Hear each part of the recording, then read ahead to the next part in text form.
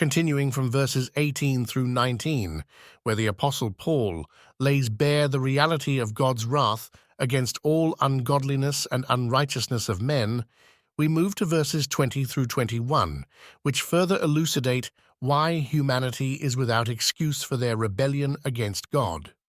Verses 20 and 21 state, "For since the creation of the world, his invisible attributes are clearly seen, being understood by the things that are made, even his eternal power and Godhead, so that they are without excuse, because although they knew God, they did not glorify him as God, nor were thankful, but became futile in their thoughts, and their foolish hearts were darkened."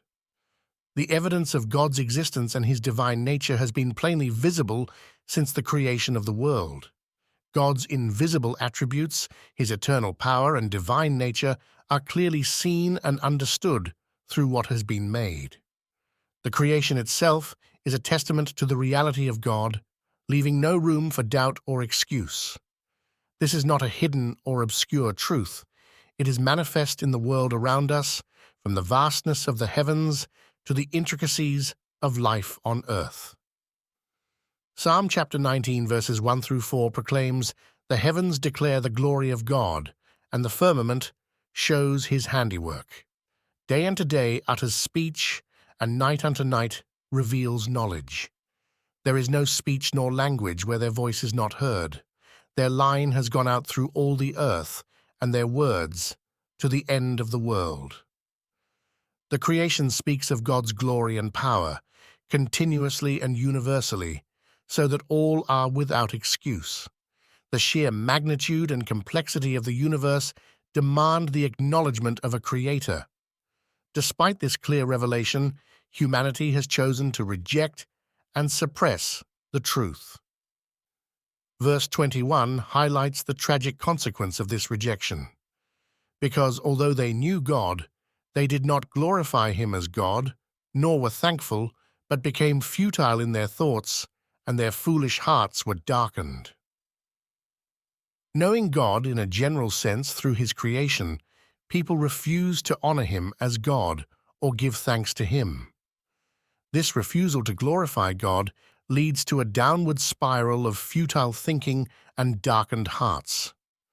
When people reject the truth of God, their reasoning becomes worthless, and their moral and spiritual understanding becomes corrupted.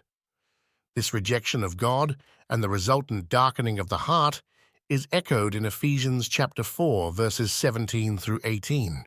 "This I say, therefore, and testify in the Lord, that you should no longer walk as the rest of the Gentiles walk in the futility of their mind, having their understanding darkened, being alienated from the life of God because of the ignorance that is in them, because of the blindness of their heart."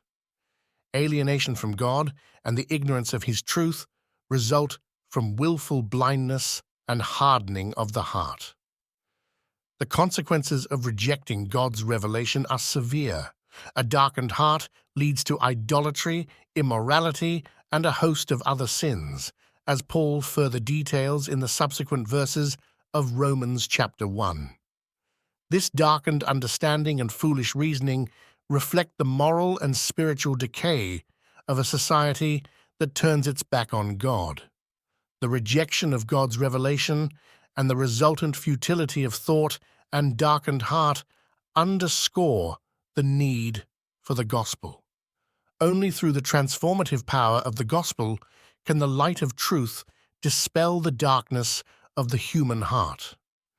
As stated in 2 Corinthians chapter 4, verses 3 through 4, "But even if our gospel is veiled, it is veiled to those who are perishing, whose minds the God of this age has blinded, who do not believe, lest the light of the gospel of the glory of Christ, who is the image of God, should shine on them."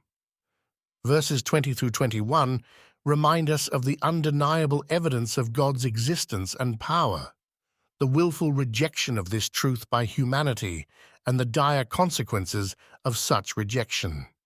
This truth must be proclaimed with unwavering boldness, calling people to repent and turn to the one true God who has made himself known through his creation and his word.